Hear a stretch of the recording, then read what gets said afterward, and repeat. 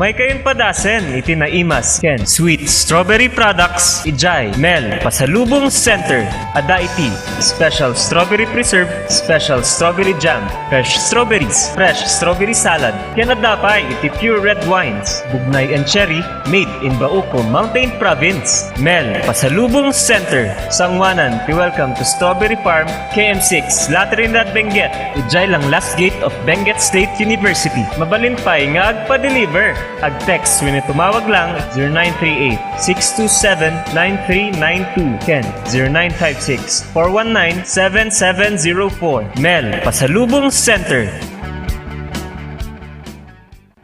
Hey, madalas ka bang pagod dahil sa trabaho?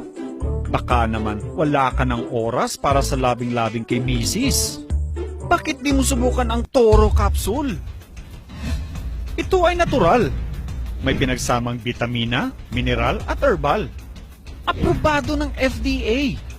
Hindi masakit sa ulo. Walang pamumula ng mata. At ang Toro Capsule ay pampatagal at pampalakas. Toro Capsule, tagal at lakas na di umatras.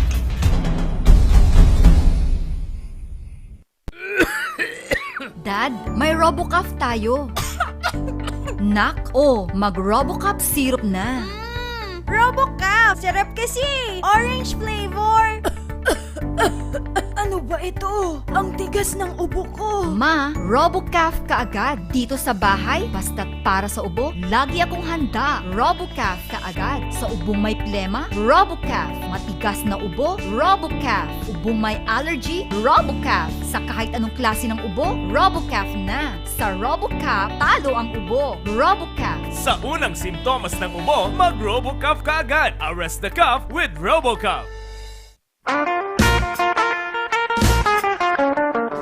Mura at masarap na kainan ba ang hanap nyo? Yayain ang barkada at tara na sa Kanyao Cafe and Restaurant. Siguradong busog kayo sa mga masasarap na putahe dito. Swak sa bulsa at papatok sa mga panlasa nyo. Meron silang kiniing pesto, pork Mongolian, pork chop, chicken teriyaki, congee at tikman nyo din ang kanilang special pansit batil patong. Kanyao Cafe and Restaurant. Meron din silang iba't ibang klase ng wines tulad ng Bugnay wine, mango wine, dragon fruit wine at marami pang iba. Pasyalan sila sa number 120 El de Luzon Building, San Roque, Baguio City. Malapit lamang sila sa Lourdes Grotto. Kanyao Cafe and Restaurant. Pwedeng dine-in, take-out at delivery. Para sa inyong deliveries, text o tawagan 0929-224-5160. Bisitahin din ang kanilang Facebook page. Ano pang hinihintay nyo? Tara na sa Kanyao Cafe and Restaurant. Naimas, nalaka, ken nalinis. Kanyao Cafe and Restaurant.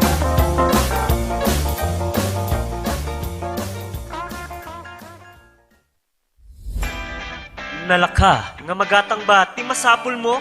Tara na sa Kurirang Enterprises. Dito matatagpuan ang kalidad, matibay at abot kayang presyo. Araw-araw ba namang sale dito sa Kurirang Enterprises? Meron silang cabinets, mga salamin, mga pang-opisinang upuan, tables, at marami pang iba. Kaya naman pag may nagtanong kung saan ang punta mo, sa Kurirang Enterprises. Meron din silang blankets, kitchenwares, speaker sets, at sports machines na pampasexy at pampaganda. Kaya naman kaibigan, tara na sa Kurirang Enterprises. Matatagpuan sa Abanao Street at Nagilian Road. Kaya naman kaibigan, sama-sama nating sabihin, Kurirang Enterprises. Sa panahon ngayon, dumadami na ang reasons to be stressed. Humihirap ang trabaho at lumalaki ang challenges. Kaya importante ang chill. Na kayang sabayan ang stress mo. Embassy Whiskey. Its smooth, oaky flavor helps you unwind after a long day. Kaya relax, slow down, and chill muna tayo. Embassy Whiskey. Yan, Kakailans, maraming salamat po sa lagi niyong pagsuporta naman sa ating programa. Pero eto muna, iba muna ako, Miss Jen. Yung ating panahon ngayon, kung napansin mo, pabago-bago yan. Iniisip ko lang, ano bang sikreto ni Kapitan Peter Wasing? Bakit sobrang aktibo ka? Madali lang yung ating sekreto naman yan, ano? Katulad ng ating Pau de Arco Herbal Capsule. Yan yung lagi nating iniinom naman para at least mapanatili natin yung ating magandang kalusugan. Ito ang inyong kapitan ng bayan, Peter Umau-Awang Wasing. And this is Miss Janlyn F., your real estate consultant, na nagsasabing, Sa Pau de Arco Herbal Capsule, kalusugan mo ay garantisado. Mahalagang paalala, ang Aldrich Pau de Arco Capsule ay hindi gamot at hindi pwedeng gamitin panggamot sa anumang uri ng sakit. Ang ating oras alas 10:40 na. Good morning na imbag nagsaba. Gawi-gawi sa iwakat, agyo-agyod. Maptang dyan nagsaba son sige de Junumin. At ito po muli ang inyong Car NZ, ang inyong kasi radio, Peter Umau-Awang Wasing para sa ating usapang kongreso ngayong araw ng Sabado. At siyempre, usapang kongreso makakasama natin ang ating nataraki na siglat, nagagat nga Congressman di Ciudad de Baguio, Congressman Mark Go. Good morning, sir. Ay, good morning Ka Peter at sa ating po mga tagapakinig at tagapanood dito sa RNG. Magandang umaga po sa inyo lahat. Yun, at medyo hindi tayo nakapag-live ng medyo 2 linggo yata, sir. Yeah, pero okay naman yung ano natin. Umabot nga tayo ng 12:30 nung last programa natin through phone patch. Yun ang advantage ng technology. Yun. Pwede tayong makipag-usap, sumagot ng mga tanong at yung ating mga kababayan ay pwedeng magtanong sa pamamagitan nitong ginamit nga natin phone patch. Pero sabi nga nila, mas mahalaga yung ganito, face-to-face. So again, nandito po tayo ulit at binabati ko po yung ating mga kababayan na nandito at napakaganda ng weather ngayon. Kaninang umaga ako'y naglakad sa Camp John Hay at nakapag-exercise tayo. Nakita natin na napaka maaliwalas ng sikat ng araw ngayong umaga and hopefully tuloy-tuloy na ito in the next few days, Ka Peter. Kasi mag-over na dapat wala nang ulan. Yeah, malapit na. Sa Monday, August 16 na. Actually kami ngayon ay suspendido yung aming session for 2 weeks. Dahil sa nangyari nga sa Metro Manila, dahil naging ECQ ang Metro Manila, kaya ang Kongreso ay nagsuspende ng session, both the House and the Senate, starting last Monday hanggang this coming week. No? Okay. Pero tuloy-tuloy pa rin yung mga committee meetings namin online. Kaya sa Lunes ulit, meron kaming committee meeting ng Committee on Ways and Means. No? It starts at about 8:30 in the morning. Okay. So tuloy-tuloy pa rin. At saka yung tayo rin, yung Committee on Higher and Technical Education, we had our meeting at nandoon yung Commission on Higher Education, ang TESDA at ang UNIFAST. Ito yung tatlong ahensya ng gobyerno na tumutulong sa ating mga estudyante, hindi lamang sa higher ed, pati na yung mga techbook na mga estudyante. Okay. So, yun, Ka Peter. Yan, at okay, at para sa inyong mga katanungan naman sa ating butihing congressman, text po lamang yan, 0999-3070649. At sa ating mga viewers naman, comment lamang po sa ating comment section at babasahin po natin yan at tutugunan ng ating butihing congressman Mark Go. Okay, binabati ko lang dito, sir, yung mga naunang viewers natin. Nandyan si Summer Gayaw. Good morning, Idol Cup at Congressman Mark Go, sabi niya. Yeah, good morning at magandang umaga sa ating mga tagapakinig at binabati natin yung ating texter kanina. Okay. Oo. At kay Shirley Santos is watching, Bernalyn Balao is watching. Maraming salamat sa inyo. At sabi ni Shirley, good morning po Ka Peter and Congressman Mark Go. Yan, good morning. Thank you very much Shirley at magandang umaga rin sa iyo. Ayan, okay. So bago sa ating mga texter, at mayroon na akong na-receive dito pero mamaya na natin nabasahin, sir. Baka ano yung update natin ngayon? Well, yun nga, isa sa pinaka-importanting tinalakay namin na na-approve actually sa House nung second reading before nag-recess kami ay yung tungkol dun sa ginawang revenue regulation ng BIR tungkol sa pag-increase ng buwis ng mga private proprietary educational institutions.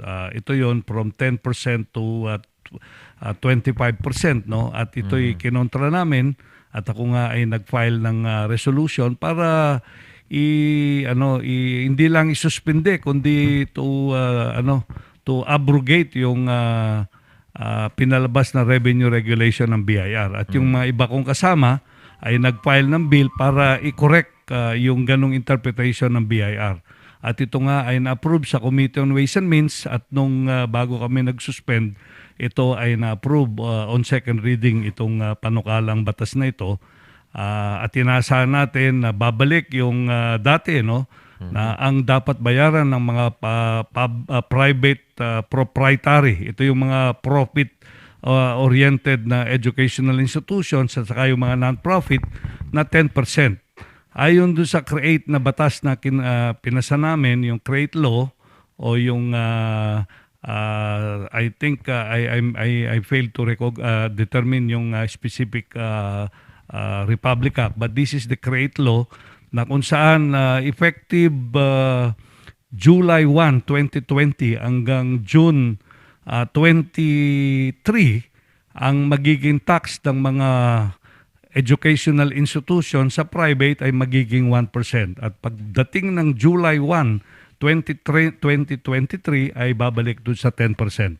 Babalik so, sa ito 10%? Babalik sa 10%. Okay. Oo. Ngayon, ito ay na-correct na namin at pumayag naman ng BIR at ang Department of Finance na ito talaga. At sinuspindi na nila yung implementation ng kanilang pinalabas na revenue regulation. At para permanente na ito ay inamenda namin yung provision ng CREATE law in such a way na wala ng misinterpretation kahit na sino pa ang upo bilang secretary ng Department of Finance at saka ng Bureau of Internal Revenue. So, paborito sa mga estudyante ng mga private educational institutions. So inaasahan natin na mawawala na yung agam-agam at saka yung worry ng mga ating mga private educational institutions. Lalo-lalo na dito sa Baguio City. yun. Okay, may mga text na dito, sir. Okay na? Yes, Okay sige, okay. Kay 5-6 naman, askuman no kayat ni Congressman Gong Galati Patatas. Still no kahit nangag-sponsor pa lang kasi at daji patatas tatalang na harvest.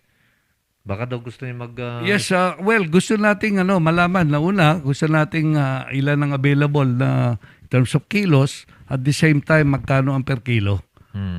Kasi kailangan malaman natin para makapag-reserve tayo ng budget dito. Okay. At ito'y pwede nating ipamigay sa ating mga kababayan Yan. na apektado nitong pandemya.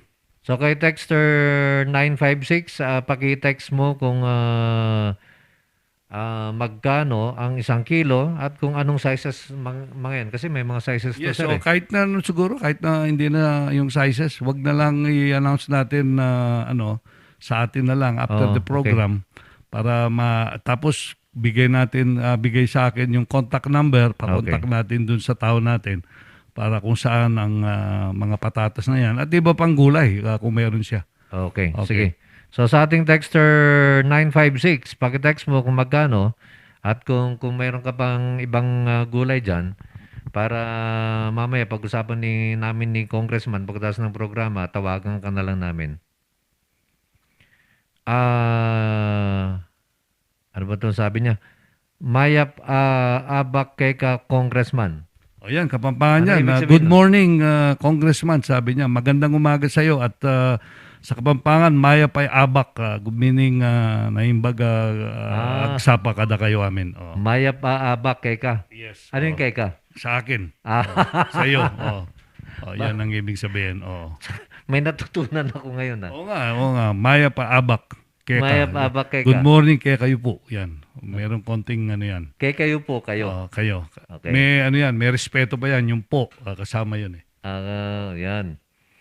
At kay 45 naman, good morning ka. Pagpatulong ka man kini Congressman, mabaling kasapulak unay.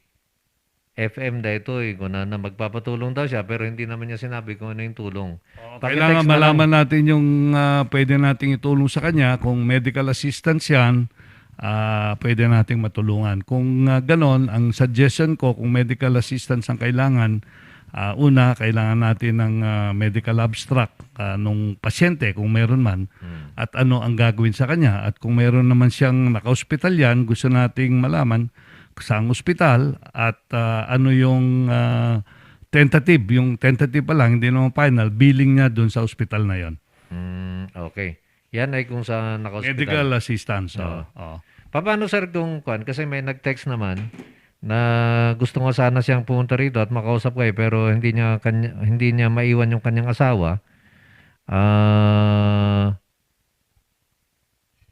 Mukhang may cancer yung asawa. Humingi sila ng tulong. Kanya lang hindi na yata kailangang magpa-hospital. Parang financial. Paano yun sir? Meron Pwede nating matulungan niya sa ibang paraan siguro. Pero kailangan niya, pag may cancer yan, siguro kailangan niya ng chemo, hindi ba? Nagkikemo yan eh. At saka yung kanyang medicine na kailangan.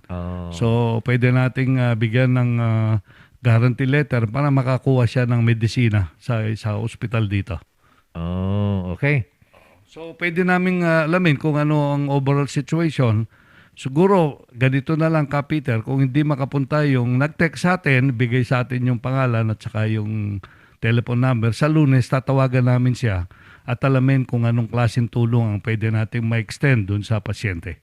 Okay. So, ibigay ko na lang yung pangalan at saka yung number. Yes, kami nang tumawag sa kanya. Okay, sir. Okay. And, I'm sure taga-Baguio yan, ka, Peter. Taga Baguio. rito. Okay, Oh. okay, sige. Kasi may nirefer ako dati nung nakarang linggo. Hindi ko yung address pala Benguet Pero dito siya sa Baguiong Bumoboto at dito siya nagtuturo. Pwede mo nating matulungan yan. Actually, marami tayong cases na gano'n na taga ibang lugar pero dito na sila. Dito nagpagamot sa BGH, yung mga gano'n. Okay. At binabati rin natin nakikinig sa ating mga taxi drivers, lalo na kay Taxi YAA 7064. Okay. Yung driver ng taxi na nag-text, magandang umaga sa iyo, ingat ka lang. Siguro nakapagbakuna na yung kaibigan natin taxi driver na yan. Hopefully nakatapos na siya. Sinabi ng kanyang sinabi ng pasahero mo. Ganun ba? Okay. Okay. So, Thank you. nakikinig sa atin, Taxi YAA 7064. Maraming salamat sa pakikinig. At siyempre, sa lahat ng mga nakikinig sa atin, hindi lang na taxi, pati dyan sa palengke, nakikinig sila. Pati sa mga jeep, sir. Yes, oo. Kaya binabati natin lahat, yung nakikinig sa atin, yung mga taxi drivers, mga jeepney drivers, yung mga nasa bahay, nasa palengke. Yun. Pati na yung mga iba't ibang mga tindahan na nakikinig sa atin. Tsaka yung mga nakikinig sa kanilang mga bahay. Yes, plus na yung naka-live tayo sa Facebook, diba, Peter? Naka-live tayo sa Facebook. Yun. Sa YouTube. So, yung pong lahat ng nanonood, nakikinig, magandang umaga po sa inyo lahat at lahat po ng nagte-text, maraming salamat po sa inyo pong patuloy na pagsubaybay at pagtangkilik sa programang ito. Ito naman sabi niya, don't read my number, sir. Kunana, good morning, sir. A5 Ak Garud. Ngam apay nga nagaduti requirements na nagpabaksinak. Certification of barangay nga indigent. Tas apanak pa EJ Oxwadu nga agala man ti certification. Parigatan da mo ti tao nga agpabakuna.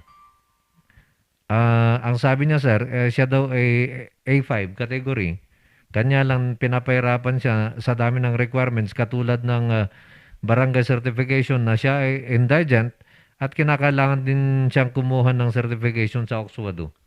Well, hindi naman kailangan na ikaw indigent para mabigyan ka ng permit na para mabakuna ka. Hindi na kailangan yung na indigent ka.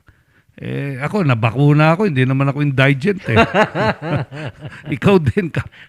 Di ba? Yung kaibigan natin na yan, kunin natin yung pangalan sa Lunes, tatawagan natin siya. Okay, sige. Para matulungan natin, para mabakuna. Ano kayang barangay siya?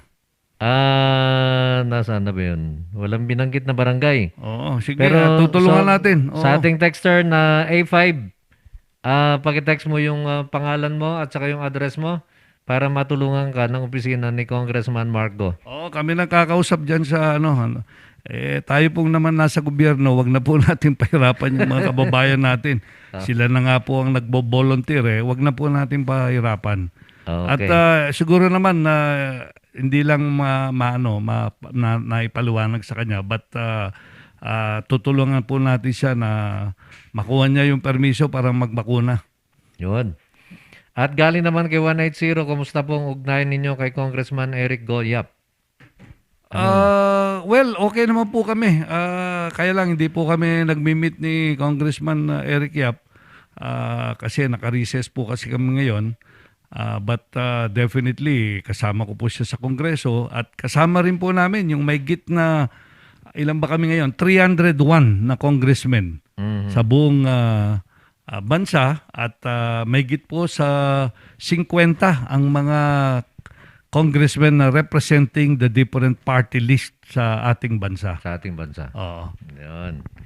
Okay, at ang ating oras alas 10:58, galing naman ito kay 81. Good morning, sir and Congressman. Way back, di autonomy topic tayo di last week. Kunada, ti meaning ti autonomy, get self-governing. Mabalin nga ta nga i-adapt tayo ti European system. Example, political structure tayo kat kasla Swiss Parliament.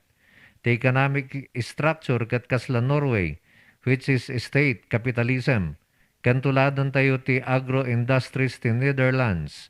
Finally, kat ialaw tayo iti foreign direct investment.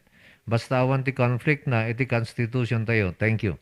Yeah, well, actually, ang setup ng ating gobyerno pag naitayo itong autonomy dito sa ating region ay magkakaroon tayo ng executive branch. Ito po yung regional governor at yung vice governor, pati na yung kanyang mga empleyado who will be chosen and those who will be elected. At meron tayong legislative branch nito. Ito yung regional assembly. Yung regional assembly will be elected from the different provinces and city of Baguio. Okay? Okay. Tapos ito pong mga members ng regional assembly, they will decide kung sino ang gusto nilang maging speaker. So in that sense, kamuarin po ng existing government natin na kongreso at saka yung presidente.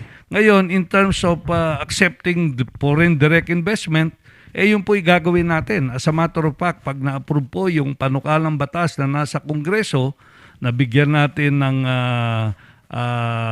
pagkakataon yung mga direct foreign investment na walang masyadong pahirap sa kanila na mag-invest dito, ay nandun po sa batas na ipinanukala namin sa House of Representatives at ito'y nasa Senado na.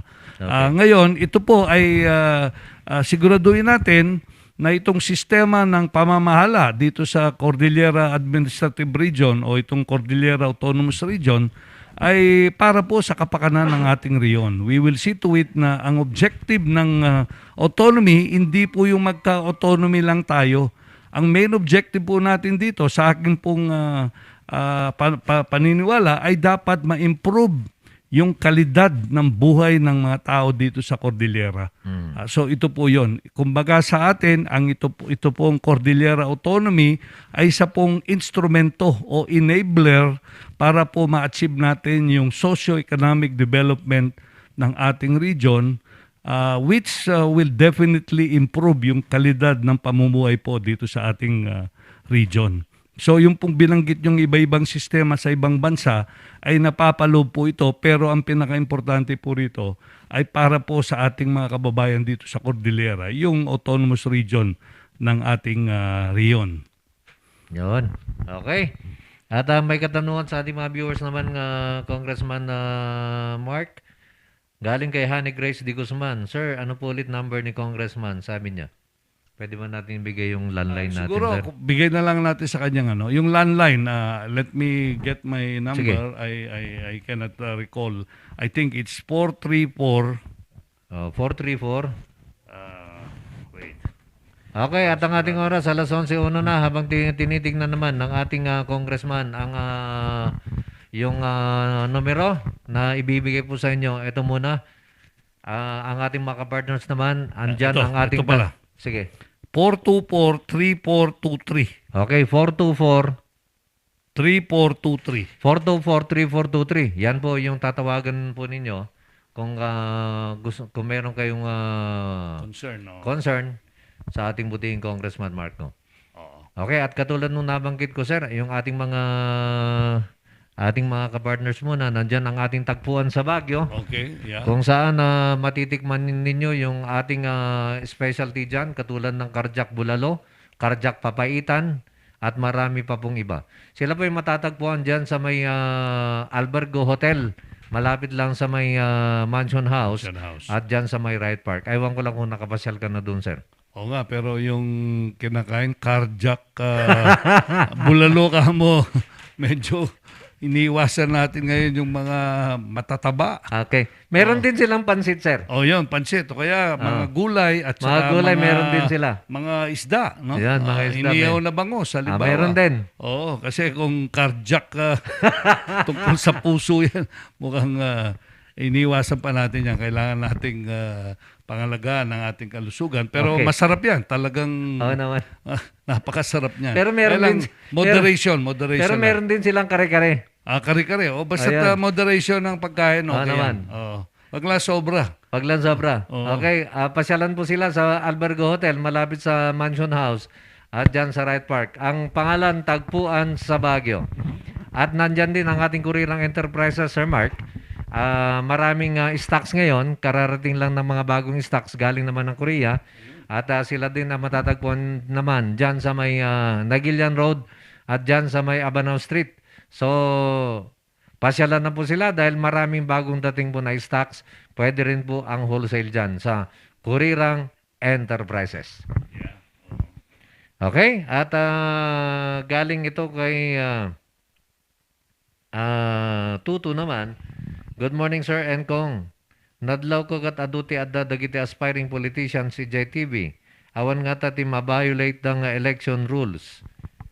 Well, wala pa naman kasi, no? Wala pang election period, di ba? Wala pa. Ang ano dito, when the campaign starts, yun ang reckoning period. Ayun. Okay, kasi ang filing actually sa October 1 up to 8 ang filing ng Certificate of Candidacies ng Malapit mga na. interesadong tumakbo. Pero yung reckoning period ng campaign will be 90 days prior to the election ng 2022 para sa national candidates yun. Pero naman sa mga local, including congressmen, mga mayor, provincial governor, mga ganon, is 45 days before the election, which is I think May 30 yata ang election natin. Oo. So yun, 45 days and 90 days. 90 days para sa national. Yes, para sa national at 45 days sa mga local candidates. Yan. Katulad nung aming programa, katulad ng ating programang Usapang Kongreso, hindi po namin po pwedeng gawin ito during campaign. Yes, Parang ganun. Ayan. oo. At galing naman kay 1-4 ko na magandang umaga, Idol Ka Peter, at ganun din kay Sir Marco. Nalubat sipik, Idol. Sa radyo ako nakikinig ngayon. Mading nga kompleto ti aldaw ko no madik nga mangagan dayta umauawang nga makapaadik nga boses mo. Sabi ko mata ni Apo Diyos, timang tarabay kan kayo. Amin di tanay Z Radio. Salamat, Idol. Di pangibasam to'y may suggest ko. At siyempre, nandito Yes. rin kami sa RNG Luzon. Yes, salamat sa ating texter. Oo, at hindi daw ano yung kanyang araw kung Hindi daw kompletong araw nyo. without Hindi siya makinig. listening dito sa programa mo. So that means every day to kasi you have a program from Monday to Saturday. Oo. Oh, so his day will be complete after listening dito sa programa mo, Ka Peter. Whether it is usapang kongreso o yung pang iba Usapang pang legal. usapang legal. Oo. Meron bang linggo, sir? Kanya lang, kinakailangan ko rin magpahinga eh. Oo nga, I think you need to rest. Oo. Wag mo namang you give time to yourself. Okay. Galing naman ito kay 35. Good morning, Congressman. Pasingit po, Congressman. Tanong ko nga ang tungkol sa vaccine kasi sa Saudi, ang anak ay nabakunahan ng magkaiba. Yung first dose Pfizer, tas yung second dose Astra. At iba daw ang pakiramdam niya sa second dose. Bakit ganun? Dapat parehas. Eh kung mamatay ka doon, baka sabihin nila na COVID. Thank you, sabi niya. Doon daw sa Saudi, yung anak niya, Yes. nabakunahan ng magkaiba. Oo. Paano yun? Well, dito naman sa atin, based on what I know, pag ikaw ay nabakuna ng Sinovac sa first, dapat yung susunod mo Sinovac din. Oo. No ba? Ngayon, merong mga instances na wala pang available yung isang bakuna. For example, yung Sputnik, yung dinonate sa atin ng Russia. Oo. Actually, yung anak kong dalawa ay nabakuna ng Sputnik. Ano? Pero Sputnik yung Sputnik, kanila. yung first. Oo. Yung second nila is supposed to be this July but hindi pa available yung bakuna. No? So they're waiting for the next arrival nitong bakunang ito. Then of course we will consult yung expert kung pwedeng palitan, but we have to wait for certain period of time siguro para mabakunaan ng ibang brand. So yon, then we have to get the technical expertise ng mga doktor para malaman natin whether this is possible. But the way I understood it is merong waiting time before you can get the second vaccine na iba ang brand nito. Okay. Kay 287 naman, good morning po Kap and Congressman. Update lang po kung kumusta na po yung tungkol sa crudo natin dito sa Baguio na mataas ang presyo. Ngayon lang po ulit ako nakatune in sa inyo. Salamat po. Well, yung presyo kasi ngayon, it's not because of the disparity between La Union at saka yung Baguio. Ang presyo nito, up and down kasi nagbabago yung presyo sa international market ng gasolina. Kaya ganito ang nangyayari ngayon. Ngayon, ako, nag-file naman ako ng another bill to give power to the Department of Energy to set the price ceiling and the maximum price for our petroleum products. Okay. And at the same time, to give the power to DOE to look at the books of the different petroleum companies. And pangatlo, kailangan to require itong mga petroleum companies na ito to open yung tinatawag nating kung paano na-derive nila yung presyo na nakikita natin sa mga gasoline station. Okay. Ito yung unbundling na tinatawag ng presyo. For example, magkano ba ang cost ng pag-import ng crudo? Tapos magkano ang binabayaran ng kumpanya ng tax sa gobyerno pag sila ay nag-import ng crudo. Pagkatapos ng crudo, ito ay gagawin i-refine ito. So magkano ang cost ng kumpanya in the refinery at magkano ang cost nito sa pag-transport ng mga produktong ito sa mga depot nila at from depot to the station, gasoline station. At magkano ang margin na binibigay sa mga stations o dealers sa iba't ibang parte ng bansa. Okay. So ito yon kasi ngayon hindi natin alam kung magkano ang bawat level niyan, ang presyo. Ngayon, ang gusto natin dito sa ating panukalang batas ay kailangan ma-unbundle nila, ipakita nila sa atin kung magkano ang presyo ng pag-import nila, magkano ang buwis na binabayaran, magkano ang distribution cost, Okay. magkano ang kinikita ng mga oil companies at magkano ang kikitain ng mga petroleum dealers natin sa iba't ibang parte ng bansa. Pag nalaman natin yan, nagtaas ang presyo halimbawa ng gasolina, alam natin kung saan nanggaling yon, yung pagtaas. Anong parte ng itong presyo? Nasa sa dealer ba yan? Nasa refinery ba yan? Ang cost niyan, nasa buwis ba? So pag nagtaas ang buwis, alam natin, pag nataas ang presyo ng gasolina, ang ibig sabihin niyan, it's the cost of the taxes, no?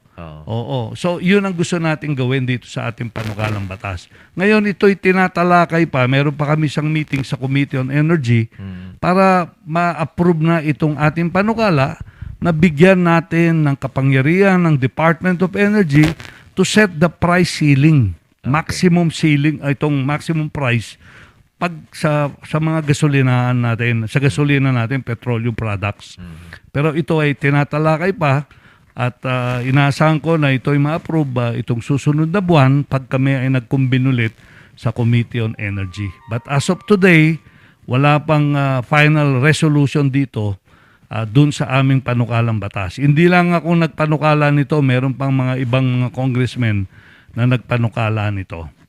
Okay. Kasi before, regulated ang gasolina. Hindi ka pwedeng magtaas ng presyo ng gasolina sa mga station sa iba't ibang bansa kung walang approval yung ERC, yung Energy Regulatory Commission. Okay. Pero nung panahon ni President Ramos, dineregulate ang presyo ng gasolina. Meaning, ang nagdidetermine ng presyo ngayon ay hindi na ang gobyerno, kundi ang mga kumpanya based on what they call supply and demand. Okay. No? Pero yon gusto nating magkaroon ng pagbabago ulit para up to certain point kailangan merong kapangyarihan ng ating gobyerno na mag-set ng price ceiling, meaning yun ang maximum price na pwede nilang itaas. Hindi yung kung gusto na lang nilang itaas.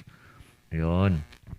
Okay, at eto nag-text na yung texter, yung nag-text kanina sir, na tungkol doon sa A5 na maraming hinihingi sa kanya na mga certification. Siya pala si Aaron Clark. Hindi ko nababasahin yung apelyido. Taga Irisan. Okay? At sabi niya, tinulungan na mo lang ni Congressman JCT scan ko idi. Han ko nga malipatan jay tulong na. Salamat manan. Sabi ko mata jay mga A5 nga padak at haanan nga agalat ti certificate government ID kan QR code. Lang ko mati kasapulan. Okay. Oo, dapat ganun lang. Yung QR code, pwede na yan. Oh, yung QR code lang dapat Oo, sana. ngayon kung meron siyang comorbidity, meron lang medical certificate stating that meron siyang problema sa puso, sa whatever, no? Yun lang, hindi na kailangan yung certificate of indigency. Hindi mo naman kailangan yun eh. Kung ganun yun lang indigent ang babakunayan natin. Hindi naman ganun ang objective nito. Gusto natin, lahat ng Pilipino ay mabakuna. Oo, wag na nating hingan ng mga kung ano-ano mga... Hindi naman kailangan yun eh. After all, saan mo ilalagay yung mga dokumentong yan pag nakuha na yan? Oo. Importante, mabakuna at siya qualified under the existing guidelines. Okay. Galing naman ito kay 87, good morning po Kap, and update, yung crudo pala yung kanina. Ito kay 60 naman, morning Kap and Kong. Senior na po ako, simple lang po, hiling ko noon ko pa pangarap, kung magkaroon sana ng taxi stand sa buong lungsod, yung may bakal talaga na nakapila ka. Kasi po, nakapila ka na, agawang ka pa ng mas malakas at mga bastos na tao. Ganon din po, lakaran dito sa Baguio. Buti po sa may Abanao Square, may POSD po. Salamat po. Yun nga po, I think maganda po yung suggestion ng ating texter. Bibigay alam po natin ito sa mga kinaukulan dito sa ating syudad. Pero una po dyan siguro ang dapat nating tingnan yung siguro hindi naman dapat yung inaagawan mo ng pwesto yung ating mga senior citizens, ano? Lalo na kung nahihirapang maglakad ng mga yan, lalo pong problema yon.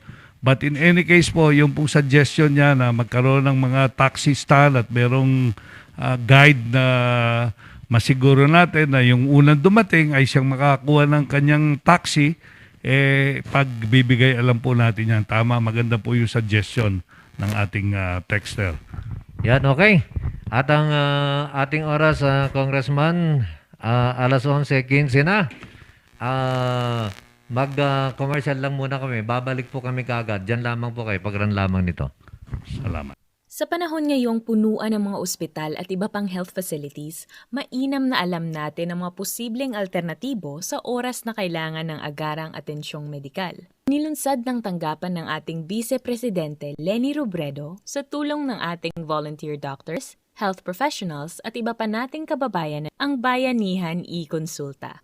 Para sa mga nais magpa-e-konsulta, bisitahin ang Bayanihan e-Konsulta Facebook page, i-click ang message button, at i-type ang konsulta o tulong upang masimulan ang proseso. Matapos ibigay ang inyong detalye, may kukontak sa inyo mula sa ating team. Ito ay bahagi rin ng patuloy na pagkilos ng tanggapan ng ating Vice Presidente upang suportahan ang mga ospital at frontliners ngayong matindi ang pangangailangan sa kanilang serbisyo. At higit sa lahat, ang makapagbigay ng serbisyong medikal sa mga kababayan nating nangangailangan sa mga panahong ito. Trabaho ba ang hanap mo? Nakita mo bang napakaraming pwedeng hanapan at pagpilian online? Pero hindi mo pa rin makita ang trabahong para talaga sa'yo? Magandang balita! Ang sikap.ph ay nandito para sa'yo. Ito ay isang libreng plataporma sa paghahanap ng trabaho na inilunsad ng ating Vice Presidente Leni Robredo. Mahigit kumulang 25,000 job vacancies mula sa 42 provinces ang nakapost na sa sikap.ph website. Sa 3 clicks lang makakapag-apply ka na. Pumunta sa www.sikap.ph, gumawa ng sariling account at punan ang mga hinihinging detalye. Ganun lang kasimple. Sikap.ph. Trabaho para sa'yo. Ang paalalang yan, ihatid po naman sa inyo ng ating konsehal, ang ating architect, masipag na konsehala, Councilor Mylen Yaranon. Yan. At yung pong ating commercial na yan po naman ay sa opisina ni Vice President Leni Robredo. Nag-meet na ba kayo niyan, sir? Yeah, madalas kaming mag-meet. Every SONA, nag-meet kami ng ating Vice President at dun sa graduation ng PMA. Except, of course, ngayong lockdown at nagsimula ang COVID, I did not have anymore the chance to meet our Vice President. But in other cases, before the COVID, ay madalas tayong makiugnayan, lalo sa budget hearing. Kung saan dinidepende mismo ni Vice President Leni Robredo yung kanyang budget. As a matter of fact, nung last time, I recommended that her budget should be increased by 100%. May budget ng opisina ng Vice. Ng opisina ng Vice President. Okay. Ayan. At binabati rin natin Jules Kayong, nanonood naman sa atin. Good morning, Sir Cap and Congressman Marco. Nandyan din si RMJ Kir Haji Hakim. Magandang araw po ka, Peter and Congressman Marco. Ay magandang umaga doon sa ating kaibigan. Si Hakim ba ito? Oo, si RMJ Kir Haji Hakim. Good morning. At kay Manang Corazon Pasalo dyan sa Middle Quirino Hill, nanonood naman sa atin. Ay good morning din, lalong na yung mga kaibigan natin dyan sa Quirino Hill. Anong barangay sa Quirino Hill? Sa Middle. So si Kapitan Galiente ang nandyan. Okay. At kay 3-0 naman, good morning, Kap. Idamag ko kumadyan ng dyan na ibagayo idi regarding dyan na yun nga 1,000. Dyan mo na nga 1,000 nga ito DSSS. Na ibagay din ni Congressman nga maitod last month of 2021 or first month ti 2022. Ada ka di assurance ng data Congressman. Taisupay mo't mga inayon mi para ti maintenance mi, sir. Thank you very much, Congressman. God bless you. Yeah, i-follow up natin yan kasi ang commit ng SSS dyan ay first part of 2022, just like what we have mentioned.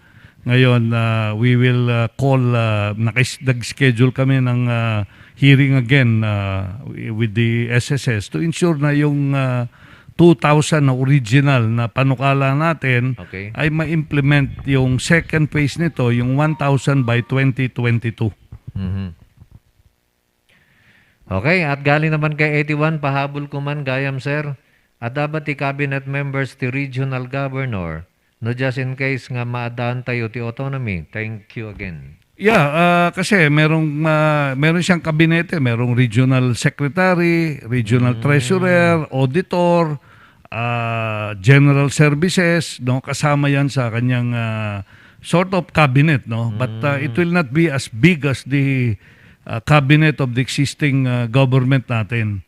Just enough to ensure that the operation of the region will be carried out through the staff of the regional governor. Yun. At galing naman ito kay 31, Kap, tanong ko lang po kay Congressman, ano po ba ang requirements pababa at paakyat ng Baguio? Salamat po. Well, kung ikaw ay yung authorized person, Apor, ang tawag natin dyan, madali na yon. Kumuha ka lang ng... Ngayon, ang kailangan malaman mo ay kung saan ka pupunta. Baka hindi ka tatanggapin dun sa area na pupuntahan mo.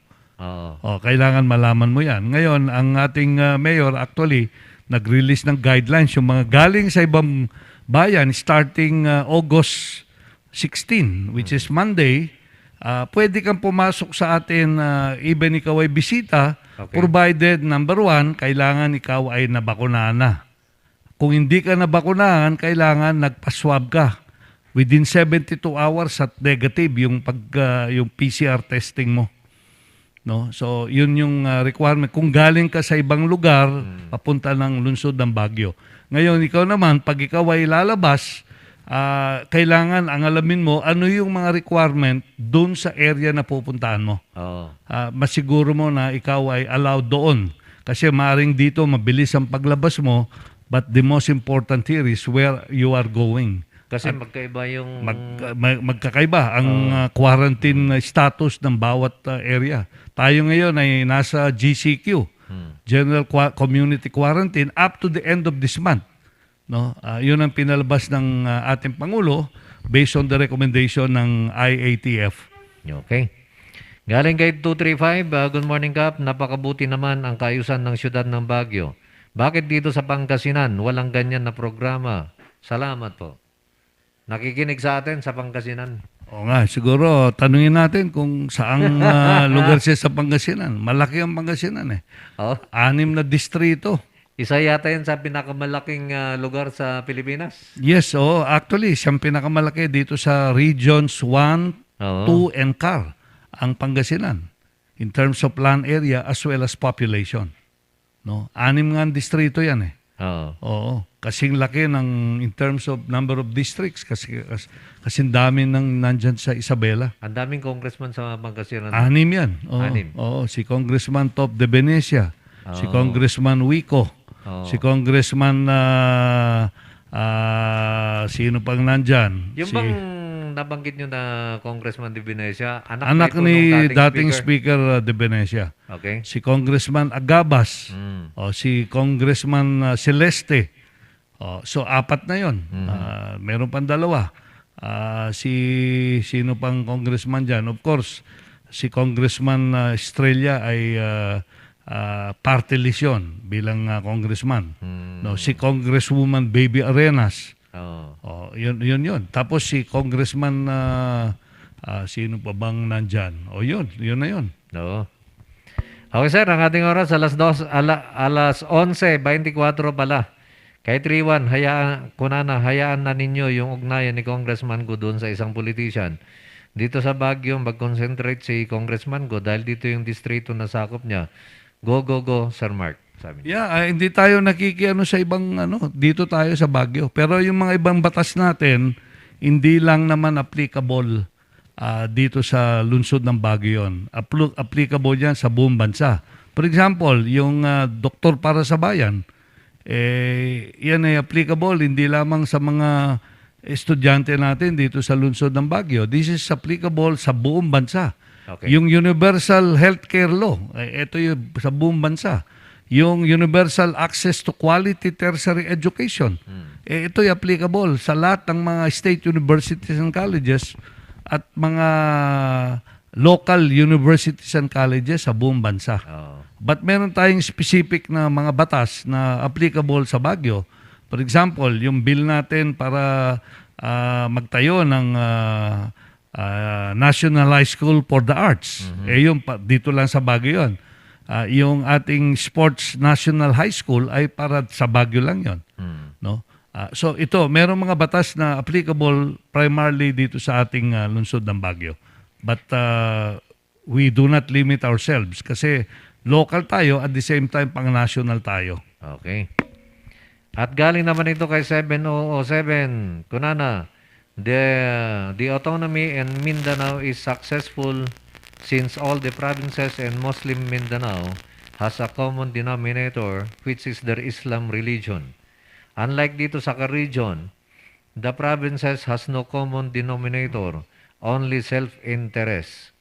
And then better file a bill to make Car region as a regular region. Alam mo, gusto ko nga gawin yan pero kasi nandun sa mandato ng 1987 Constitution na there will be 2 autonomous regions in the country. One is the Muslim Mindanao and the other one is the Cordillera region. Okay. So, mandated ng ating saligang batas. If this is not provided for in the Constitution of 1987, pwede tayong gawin na lang nating regular na region itong ating Cordillera Administrative Region. Okay. Actually, itong administrative region na ito under Executive Order 220 nung panahon ni Cory Aquino is supposed to be a transition to autonomy. But in the 90s, dalawang batas na naipasa na para maging autonomous region ang Cordillera, pero ang ating mga kababayan dito hindi pumayag. Kasi itong batas na ginagawa namin na ito, bago maging batas yan at ma-implement, dapat i-ratify ng ating mga kababayan. Okay. But in the two cases na na-mention ko kanina, hindi pumayag ang ating mga kababayan na magkaroon ng autonomous region. Ngayon, itong aming last attempt na ito, itong third attempt na ito, kung hindi ma-approve ito, maring kalimutan na natin siguro. Pero I think we still have this last chance. Even when our people will decide na ayaw na nila, talagang yun na yun. Wag na nating muli gawin yun. Yun, okay. Galing naman kay 45 Kap, mabalin bang ni Congressman Timbang mangbasa dito yung text ko, jay tulong adodawatak sir, financial needs ko kan basit nga groceries, kan bagas, tamanipod nagtudtudo kat awanti nakipurpurdiyak mabalin daw dawatak congressman kunana wala daw siyang sir Kapital. wala siyang financial needs, humingi siya ng konting grocery at bigas. Financial din naman yun Oo. Kasi di ba? Pag binigyan mo ng bigas yan, well, pwede natin tulungan yan. Alamin natin kung anong talagang kailangan niya. So, tatawagan namin siya kung ano. Sige, lahat ng kaya pumuntas dun sa office natin. Ganun na lang, punta na lang sa office niyo. Kasi hindi kami namimigay ng bigas at saka grocery. Of course, mayroong mga instances in the past because of the COVID na nagbibigay tayo. On special case, yung talagang nangangailangan, apektuhan ng sunog, pwede tayong makatulong dyan. So sa lahat ng mga nag-text kanina, mas maganda pala diretso na lang sa office niyo, sir? Oo. Tanungin natin dyan, ano bang kalagayan ng ating texter? Diba? Oo. So mas maganda bisitahin po ang opisina ni Congressman sa lahat po ng mga kailangan nyo na tulong para ma-assess po kayo doon. Rekomenda natin sa appropriate agency kung ano ang kailangan. Kung medical, kung edukasyon, kailangan malaman natin yan Okay. Oo. Yun. O kaya sa DSWD. Sabi naman ni Tuto, good morning mga sir. Ninoy Aquino Day no next Saturday. No just in case nga sikati then President Marcos kat binumbaan dati Manila International Airport nag-attempt dagiti anarchist nga puuran dati US Embassy ken Malacanang tapos in-attempt da nga minarder dati Presidente ken First Lady ken balak da nga kidnapon ti anak ti President ken US Ambassador and the state is under anarchy. Ang tanong, mag-declare ka daw ba ng martial law kung ikaw ang presidente? Hindi na nga ako maging presidente. Well, ganito yan, nasa saligang batas na ang may kapangyarihan na mag-declare ng martial law o magsuspinde ng writ of habeas corpus ay ang Pangulo ng Pilipinas. Okay. In cases of rebellion, insurrection, and when public safety requires it, the President has the power to suspend the writ of habeas corpus and declare martial law in the entire country or part thereof. Hindi na kailangan ng approval ng Kongreso at Senado. Hindi na kailangan. Pero ngayon, under our saligang batas, he was referring to probably to the old 1973 Constitution. Ngayon kasi, ganun din ang Pangulong may kapangyarihan. Pero I think within 60 days, dapat ito i-justify ng presidente sa Kongreso. Okay. Kamukha yung ginawa sa Mindanao during the time of si President Duterte. The Congress should concur with the declaration of martial law in that part of the country. At yun ay kinongker ng President ng Congress yung desisyon ng presidente na mag-declare ng martial law doon. But Yan. for a limited period of time. Okay. Nakalagay yon. Yun. At ang ating oras, alas Ngayon, ang tanong niya, kung ikaw ang magpresidente, sabi ko, yung hypothetical case, hindi mangyayari yon. Dahil alam ko, hindi ako magiging presidente ng Pilipinas. Hindi natin kaya yung ganong responsibilidad. Ayan. I think we need to be, honest with our people. Aha. At ayaw naman nating mangarap na hindi natin magagawa, no? Kasi mahirap ang mangarap na ikaw ay gising. Okay. Binabati rin natin na Roxy Zirmar. Hello po, sabi niya, nanonood sa atin. Maraming salamat. At ang ating oras, alas 11:32 na. Randolph, pwede man nating pakiplay muli yung sa opisina ni Vice President Lenny para sa tulong kasi yon para sa ating mga kababayan. Ayun, okay. Sa panahon ngayong punuan ng mga ospital at iba pang health facilities, mainam na alam natin ang mga posibleng alternatibo sa oras na kailangan ng agarang atensyong medikal. Nilunsad ng tanggapan ng ating Vice Presidente Leni Robredo sa tulong ng ating volunteer doctors, health professionals at iba pa nating kababayan ang Bayanihan e-Konsulta. Para sa mga nais magpa-e-konsulta, bisitahin ang Bayanihan e-Konsulta Facebook page, i-click ang message button, at i-type ang konsulta o tulong upang masimulan ang proseso. Matapos ibigay ang inyong detalye, may kukontak sa inyo mula sa ating team. Ito ay bahagi rin ng patuloy na pagkilos ng tanggapan ng ating Vice Presidente upang suportahan ang mga ospital at frontliners ngayong matindi ang pangangailangan sa kanilang serbisyo. At higit sa lahat, ang makapagbigay ng serbisyong medikal sa mga kababayan nating nangangailangan sa mga panahong ito. Trabaho ba ang hanap mo? Nakita mo bang napakaraming pwedeng hanapan at pagpilian online? Pero hindi mo pa rin makita ang trabahong para talaga sa'yo? Magandang balita! Ang sikap.ph ay nandito para sa'yo. Ito ay isang libreng plataporma sa paghahanap ng trabaho na inilunsad ng ating Vice Presidente Leni Robredo. Mahigit kumulang 25,000 job vacancies mula sa 42 provinces ang nakapost na sa sikap.ph website. Sa 3 clicks lang, makakapag-apply ka na. Pumunta sa www.sikap.ph, gumawa ng sariling account at punan ang mga hinihinging detalye. Ganun lang kasimple. Sikap.ph. Trabaho para sa'yo. Okay, at ang paalalang yan, ay atid mo naman sa atin ng ating buting konsehala ng ating siyudad ng Baguio, Councilor Mylen Yaranon. Okay, yan po naman, kung napakinggan nyo, yan po yung mga tulong na binabahagi po naman ng ating opisina ng ating Vice Presidente. At sa mga gustong mag-avail niyan, tingnan nyo kung paano makapag-avail niyan. Actually, hindi ko pa alam. Okay, at ang ating oras, alas 11:35 na. May pinapakita sa akin si Congressman kanina. Ano ba yung nandyan? Ito yung tungkol sa mga top performing congressmen ng ito yon RP Mission and Development Foundation na conduct sila ng survey. Top performing congressman? Yes. Meron ding top performing governors, mayors Okay. all over the country. So, nandyan yata tayo, sir?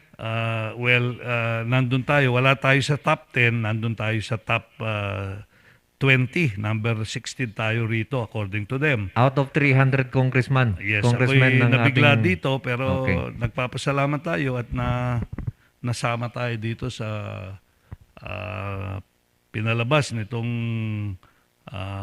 RP Mission and Development Foundation Incorporated. Okay. So, number 16 tayo. Ang nangunguna rito ay ang aming speaker na pangalawa si Congressman Ronnie Zamora ng San Juan. Number 3, medyo maliit itong nila, si Congressman Garcia ng Cebu, Congresswoman Bilago ng Nueva Ecija, Okay. Congressman Singson of Ilocos. We have also ang aming majority floor leader, si Congressman Martin Romualdez, si Rufus Rodriguez ng Cagayan de Oro, si Congressman Paulo Duterte ng Davao, si Congressman Ebi Escudero, Congressman Ruelio Pacquiao, yung kapatid ni Senator Pacquiao, si Congressman Albano ng Isabela, tapos si Congressman Tolentino ng Cavite, Congressman Lawrence Defensor, at of course si Congressman Isagani Amatong, si Congressman Johnny Pimentel at tayo dito sa lungsod ng Baguio. Ano ba yan, sir? Top 20? Top 20 ang nakalagay Kayo dito. yung number 16. Number 16 tayo. Yan, congratulations, Sir Mark. Oh, thank you. Oo, ito nakakabigla. Hindi ko alam kung paano nila na-determine ito. But in any way, we thank them for including us in this list. According to them, they've conducted a survey and so many thousands of participants in the survey. Okay. So ang ating oras, alas 11:37 na. Galing naman ito kay 41, Sir Mark. Sir, pakikalambag yung man Apo J. Contractor ti Kanal na Bayagan. Di pa'y nalpas. Dito'y Fairview, Baba Santan Street. Di pa'y malmalpas. Bago Typhoon Pailang. Sa DPWH kaya ito, sir? Hindi ko alam. Sa Fairview? Doon daw sa may... drainage? Hindi yata sa DPWH. Sa may Fairview, baba daw ng Santan Street. Hindi pa daw tumatapos-tapos. Pa-check natin kung sino nga merong may responsibilidad niyan. Yan, okay. Pa-check natin, then we will inform them kung sino at ayusin kagad. Okay. Galing naman kay 235, kaya gustong-gusto kong pinapakinggan ang programa nyo. Sana kung may programa din dito sa Pangasinan na kagaya nyo, salamat po. So yung texter kanina na hindi pinapalampas yung ating programa, from Pangasinan pa. Well, we are very happy na meron tayong listener dyan sa Pangasinan. Alam ko, very active naman yung mga leaders dyan sa Pangasinan. Kaya lang siguro wala silang programa kagaya natin na nandito. But we will suggest to them. Meron bang I'm sure they have radio stations dyan sa Pangasinan. Saan kayang munisipyo siya o parte ng Pangasinan? Walang binanggit, sir. Sige. And galing kay 10, good morning mga sir. Speaking of Vice President, anyang ata no maging ex officio Senate President ti Vice President tayo, kasla USA. Thank you. Ganun ba sa US, sir? Ex officio ang Vice President sa Senate? Hindi siya kasi meron silang Senate President doon Vice President siya, a vote to the President sa United States is a vote to the Vice President. Kailangan kasama niya sa partido. So parang yung autonomy? Yes, yun ang proposal natin. We followed after the US government na ang kanilang provision ay a vote to the Vice President will be a vote to the Vice President. So, halimbawa si Biden, yung kasama niyang nanalo ay yung kanyang kasama sa partido. Sa parte, yung Democratic Party. So, kung halimbawa tandem tayo, ikaw yung president, yung boto mo, boto ko na. The same. Kaya pag nangampadya kayo, sabay kayo. At yung tao ngayon, at masiguro na yung programa ng presidente ay sinusunod din ng Vice President. Di ganun din, yung boto ng vice, boto ng presidente. Pero normally ang binoboto yung president kagad. Hindi yung binoto mo yung vice president because you want to vote the president. Hindi. Okay. So pabor pala ito sa vice. Yes, At saka magkasama yan normally sa partido At saka pag nangampanya magkasama din. Magkasama yan, Saka they share the same platforms. Kapag tayo naging autonomy, ganun yung maging setup. Yun ang recommendation natin. Yung regional governor, yung magiging boto ng regional governor will be the vote also. Will be the vote also of the vice governor. Yes. Okay. At ito, hindi ko clarify lang natin sir yung mga dati nang yung mga opisina ng mga governor na regular, yung mga mayor, yung mga congressman, ganun pa rin. Yung existing, hindi natin papalitan yan. Okay. Ito lang regional autonomy. Madadagdagan lang ng regional. Yes, isang level kasi yan Meron tayong national officials, meron tayong regional officials, tapos meron provincial. merong municipal, tapos tayo naman kasi chartered city tayo. Pag ikaw ay chartered city, kamukha ng Baguio, wala tayong probinsya. Okay, lahat ng mga munisipyo na nandito sa Benguet ay under the supervision ng governor. Pero tayo, kasi tayo, chartered city tayo. Oo. So pagka yung autonomy naaprubahan, yung regional governor, sakop niya ang buong Cordillera. Yes, kasamang Baguio. Kasamang Baguio. Kasamang Baguio. Okay. Yes. Paano naman sir kung tatlo lang ang nag-yes? Yung tatlo ang magiging kasapi dun sa Cordillera Autonomous Region. Okay. Oo. Kung dalawa lang. Dalawa lang. Oo. Kung halimbawa Baguio at Ifugao, yun lang yun. Baguio, Ifugao ang magiging kasapi dun sa Autonomous Region ng Cordillera. Ngayon, kung sakaling kung halimbawa ganun ang mangyari, Baguio at Ifugao nagsama, naging autonomous yan. Yes. At pagkatapos makita ng mga ibang mga probinsya at syudad na maganda pala, Pwede ba sila silang sumama. Then we pwedeng will sumama? conduct a plebiscite among the people there if they want to join. Oo.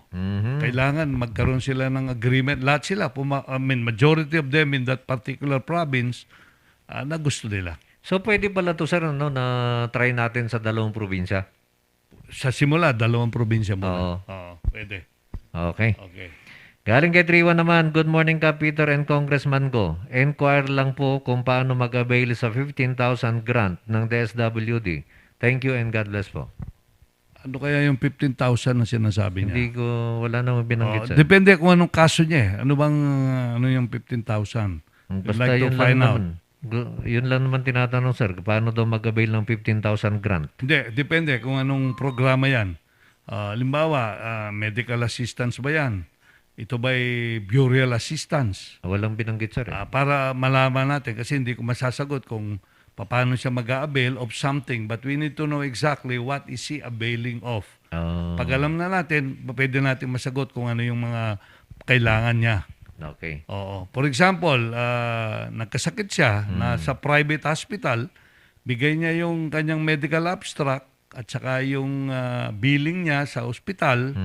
Okay. O kaya, kung wala na siyang billing, nag-sign siya ng promissory note, linabas yung pasyente, yun ang gagamitin para magkaroon ng basis yung pagtulong ng ating gobyerno.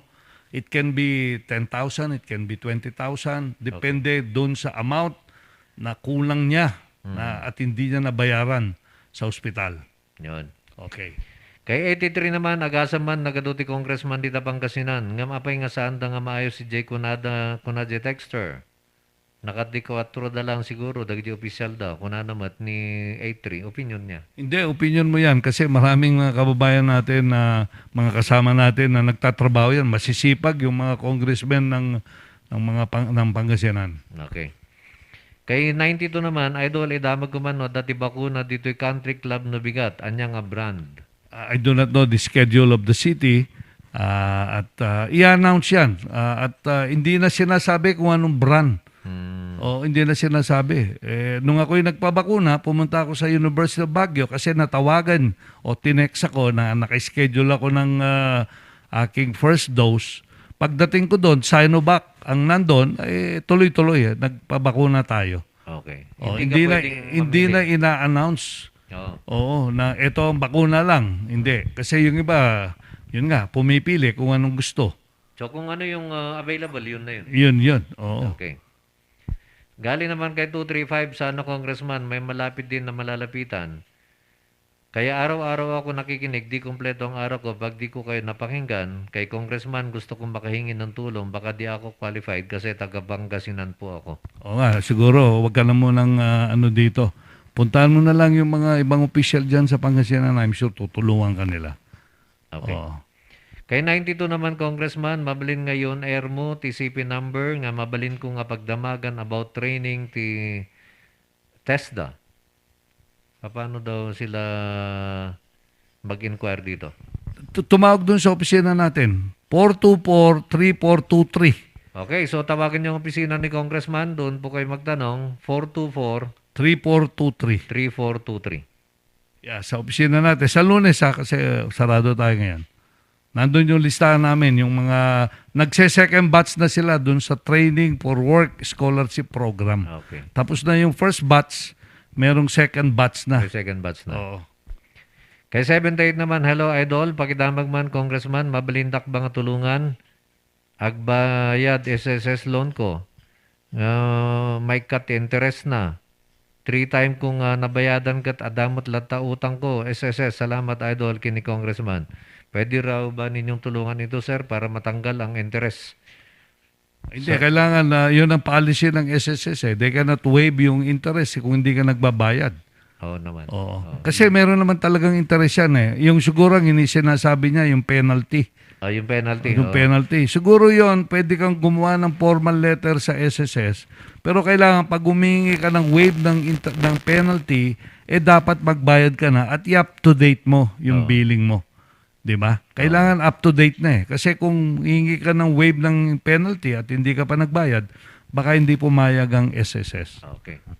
So, Kong, yung hinahanap natin kanina, nandito na yung isa from California, US of A, Manang Jane Dulnuan. Yeah, si Manang Jane, magandang umaga po sa inyo at magandang gabi dyan sa Amerika. Yun. Kanina tumawag ako sa brother ko kasi birthday ng brother ko ngayon. Sa Amerika? Sa Amerika, nasa New Jersey. Anong oras siya. kanina, sir? New York pala, alas 8 ng umaga. Alas 8 ng umaga rito, nung tumawag ako, Doon. alas 8 ng gabi doon sa Amerika. Pero August 13 pa lang. Sa atin, 14 na. Okay, 14. Kasi tayo, advance tayo ng 12 hours eh. Oo. Okay, at nandyan pa rin si Bernalyn Balaoy, nanonood. Galing kay 35 naman, good morning Kap, Congressman. Ay inaw, mapabusumot pimanti daduma, tila dodawatan ng tulong. Lahat tayo kailangan ng pagkain, lalo kanya tayong makipurpurdiya laeng. Ilwalo tayong may katon kumaday ito yung pandemic, tap nagsubling makipurdiya, tap nung mga tayo amin, hanlang nga jay babaknang, kan nakatugaw ti gobyerno ti aga sa sweldo. Thanks po. Ayun. Opinion din niya ito. Yeah, well, alam mo sa Manila kasi nag-lockdown sila doon dahil ECQ sila. Merong ayuda ang binibigay ang gobyerno sa mga tao doon sa Metro Manila. Okay. Oo. Kaya tayo naman noon, nung nagkaroon tayo ng enhanced quality community quarantine dito, at ayon dun sa bayanihan natin, nagbigay ng tulong ang ating gobyerno, yung SAP1, no, di ba? We gave between 5,000 to 8,000 pesos per person, per family. Oo. At galing naman kay 00, hello Kap, Congressman, magandang umaga po. Paano po yung daan dito sa Acapulco, dito sa Loknab na masemento yung kalsada? Matutuloy ba, sir? Malapit sa inyong compound, sabi naman niya. Meron ng yan, pero nandun sa FLR yan. Hindi pa, mga 20, siguro mga 2022 yan. Okay. Kaya 10, nag-research sa talagang ex officio ti Senate President ti USA. Isong ag is UAA ti President ti US kat JBP ti aday J left side, can House Speaker iti right side. Sabi naman ni 10. Ni-research daw. Ano kayang ex officio ang ibig sabihin ng ex officio? Ang pagkakaintindi ko sa ex officio, parang Kasi ang Vice President, hindi naman siya hindi siya member ng Senado, hindi siya member ng House of Representatives sa US. Katulad dito sa atin, sa council, dito sa ating syudad, ex officio, yung ating president ng SK at ABC. Hindi, regular member yon kasi they represent a particular sector. Oo. Okay. Oo. I do not know in the US kung ang Senate, ang Vice President is an ex officio member of the Senate, of the United States of America. Kahit 35 naman, taga Rosales, Pangasinan po. Gusto ko sana maging member ng co-op dyan po kung pwede po, Congressman. Co-op? Maraming co-op dito. Maraming co-op. Pwede siyang pumunta siguro sa Baguio Benguet Credit Cooperative. Oo. Oo. Kay 83 naman, nasurok nga may isang bulan langan katag file dan ti COCDA. Damagag man no nakabuo ba ni Apo Marco ti line up na? Awan pa iti lineup namin.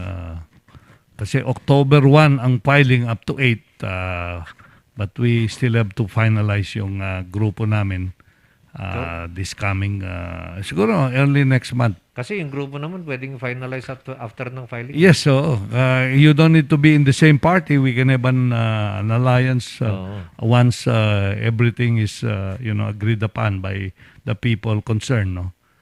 Kasi mahirap yung hindi pa masyadong mag-decide ka na ngayon, hindi ka pa sigurado kung ano yung kung sinong mga kasama mo. Okay. Galing naman ito kay 88 at ang ating oras alas 11:52 na, habol-habol na lamang. Congressman, may mga parte ng Pangasinan na tamad or walang ginagawa, nagpabalaki ng tiyan, sana kumilos sila. Natutulog sa pansitan, sana gayahin nila opisyal ng Cordillera, sabi niya. Well, I'm sorry to hear that. Probably you need to go and visit them so they can work with you kung ano man yung kailangan mo. No? Okay. Taga Pangasinan din yung Pangasinan din yun. same person, yung sa Rosales? Hindi iba. Iba? Oo. Okay. Marami tayong listeners sa Pangasinan. Oo. Galing naman ito kay 80. Ano masasabi po, Congressman, tungkol sa tactile para sa mga PWD dito sa Baguio? Kasi maraming nagre-reklamo, madulas daw. Yung nangyari yata yan dyan sa malapit sa cathedral, kasi pataas yan eh. So what the city has decided is to remove yung yung tactile na yan. So riniremove na yan. Actually, this is a part of the national budget, but the recommendation originally was to put this by the city. And because of the danger that it poses to our citizens, especially yung mga naglalakad going to church coming from itong General Luna, no? Okay. So tinanggal na yan kasi uphill eh. So tapos umulan, medyo madulas, tapos yung sapatos siguro, yung tsinelas yan. Ngayon para maiwasan na yung ganong posibleng aksidente, tinanggal na yung mga na yan. No. Tactile na yan dyan sa sa parte ng malapit sa cathedral. Okay. So panghuling katanungan na lamang ito, Congressman, galing kay 60. Bakit po puro taga-ibang lugar ang nasa BGH? Kawawa naman po ang mga taga-Baguio. Swerte naman po mga mayor sa ibang lugar, wala na silang pakialam sa mga kababayan nila. Paano naman po mga taga-Baguio? Mas lalong kawawa, lalo mga nurse ng Baguio City. Siguro may higit po dyan, lalo na ngayon kung sila may dala ng virus. Ayun, yun ang binabanggit yung tungkol dito sa Baguio Gen. Yeah, well, yung Baguio General Hospital po, hindi lamang para sa mga taga Baguio yan. Mm-hmm. This is a regional health facility for the entire region. Hindi naman para sa Baguio lang yan eh. Nung pong ako'y umupo bilang congressman ninyo, pinag-aralan ko mabuti yan. According to Dr. Ruñez, 43% ng mga pumupunta dyan sa ospital natin ay taga Baguio. All the rest are from outside Baguio. Okay. Pangasinan, La Union, even Nueva Ecija, pati dito sa Mountain Province, Kalinga, Apayao, even Benguet, pumupunta po sila dyan sa atin. Hindi naman po natin pwedeng itaboy yung mga pasyente na hindi taga Baguio. Okay. Oo. Kasi pag ginawa natin yan, makakaproblema po tayo. Ano pong ginawa natin bilang inyong congressman dito sa Baguio? Pinag-increase po natin yung bed capacity ng ospital from 500 to 800. Kaya ngayon po ay 800 na yung kapasidad ng ating ospital at lahat po ng facilities para po magawa ito ay ginagawa na po yan. Ngayon, pangalawa dito, yung pong 800, aking nakita na naman na kulang ito. In the long term, kailangan madagdagan uli yung kapasidad ng BGH. So ako po yung nag-file ulit ng bill para increasean ng bed capacity from 800 to 1,500. At ito pong bill kong ito ay na-approve na sa Committee on Health. At ito po ay nasa Committee on Appropriations na. Okay. Ano po, para ma-increase yung kapasidad ng ospital at the same time, yung mga specialty services ay magawa na po dito sa Baguio General Hospital. Ang una pong nailagay natin dyan, yung pong cancer center. Meron na po tayo dyan sa BGH. Okay. Ang susunod po rito, yung heart center no? At yung pa pang mga geriatric center para sa mga senior citizen natin. Ngayon, tama po yan. Siguro, kailangan ma-encourage po natin yung mga ibang mga bayan na improvean yung kanilang mga ospital, no? Whether government hospital or pwedeng provincial or municipal hospital nila, ay ma-improve nila yan. Babanggitin ko po ito sa mga ibang congressman na kasama natin para po magkaroon ng increase ng kapasidad ng kanilang mga ospital. Kasi po napakaganda po kasi ng image ng ating ospital sa ibang lugar. Meron nga po dyan dito pa nanganak yung pasyente. Taga Pangasinan pero dito sila nanganak. Yung iba po kasi dyan may relatives dito sa Baguio. Kaya dito po sila. Okay. So, yung pong pagserbisyo natin sa mga pasyente outside of Baguio, hindi po nangangahulugan na isakripisyo po natin yung kapakanan at kalusugan ng ating mga kababayan po dito sa lungsod ng Baguio. Yun. Siguraduhan po natin na hindi mangyayari yung ganon. Okay. At binabati rin natin, tent maker freelancer is watching, isa po siyang pastor. Ay, magandang umaga po, pastor. At ito na lamang sir, sabi ni 666, mayap ogto kay kayo kong, manganta na po. Well, wala pa pong alas 12 pero ang ibig niya sabihin magandang tanghali sa atin lahat. Alas 12 na, medyo kailangan kumain na tayo. So after this, palagay ko, we have to do that. So thank you very much dun sa texter natin. Okay, 2 minuto na lamang ang nalalabi bago mag alas 12. Congressman Mark, baka meron pang gustong dagdag o batiin? Well, unang-una, gusto ko pong magpasalamat ulit sa ating mga tagapakinig at sa ating mga texters. Yung pong may mga tanong, may mga suggestions, ay kami po ay natutuwa at nabigyan namin kayo ng tamang sagot sa inyong mga katanungan. At yung pong nangangailangan, nabanggit po kanina yung aking pong office number, 424-3423 sa ating pong opisina. Yung pong nagtatanong kung sila ay kasama dun sa training na ginagawa ng TESDA. Sa Lunes po, pwede po namin ipagbigay alam sa inyo pag natanggap namin ang inyong telephone number. Yung pong nangangailangan ng tulong medikal ay yun po, nabanggit natin yung kailangan. Tumawag uli po sa ating opisina o kaya bisitahin po kami para matulungan natin sila. So, yun po. At ako po'y natutuwa talaga dahil ang ibig po sabihin yan, marami pong nakikinig dito sa programang ito. Umasa po kayo na ipagpapatuloy po namin ang aming pagsisilbi sa inyo. Yung pong may concern sa Pangasinan, ipagbibigay alam po natin ito sa mga ibang opisyal ng Pangasinan para po siguro magkaroon sila ng regular program din para yung mga concerns po ninyo ay ma-address nila real time sa pamamagitan po ng radyo sa Pangasinan. But anyway, maraming salamat po at sana po maging safe po tayo. We maintain yung ating kalusugan and protect ourselves from COVID. At yung hindi pa po nagpabakuna, kung kayo po'y matawagan, pumunta na po kayo. Maraming po salamat at magandang tanghali po sa inyo lahat. Yun, okay. At maraming salamat din sa iyo, Congressman, sa oras na binabahagi mo sa ating mga kababayan tuwing Sabado. Mabuhay po kayo. Yeah, sa iyo rin, Kapiter. Maraming salamat din. At sa lahat ng mga sumuporta sa ating programa, Lunes yan hanggang Sabado, happy weekend po sa inyong lahat. Salamat, Japasya. Diyos tagnina, kadatay amin na pada-pada, antabayanan po ang ating Cooperative Hour. Makakasama niyo, Attorney Bawang and Patrick Alcedo. Sa panahon ngayong punuan ng mga ospital at iba pang health facilities, mainam na alam natin ang mga posibleng alternatibo sa oras na kailangan ng agarang atensyong medikal. Nilunsad ng tanggapan ng ating Vice Presidente Leni Robredo sa tulong ng ating volunteer doctors, health professionals at iba pa nating kababayan ang Bayanihan e-Konsulta. Para sa mga nais magpa-e-konsulta, bisitahin ang Bayanihan e-Konsulta Facebook page, i-click ang message button, at i-type ang konsulta o tulong upang masimulan ang proseso. Matapos ibigay ang inyong detalye, may kukontak sa inyo mula sa ating team. Ito ay bahagi rin ng patuloy na pagkilos ng tanggapan ng ating Vice Presidente upang suportahan ang mga ospital at frontliners ngayong matindi ang pangangailangan sa kanilang serbisyo.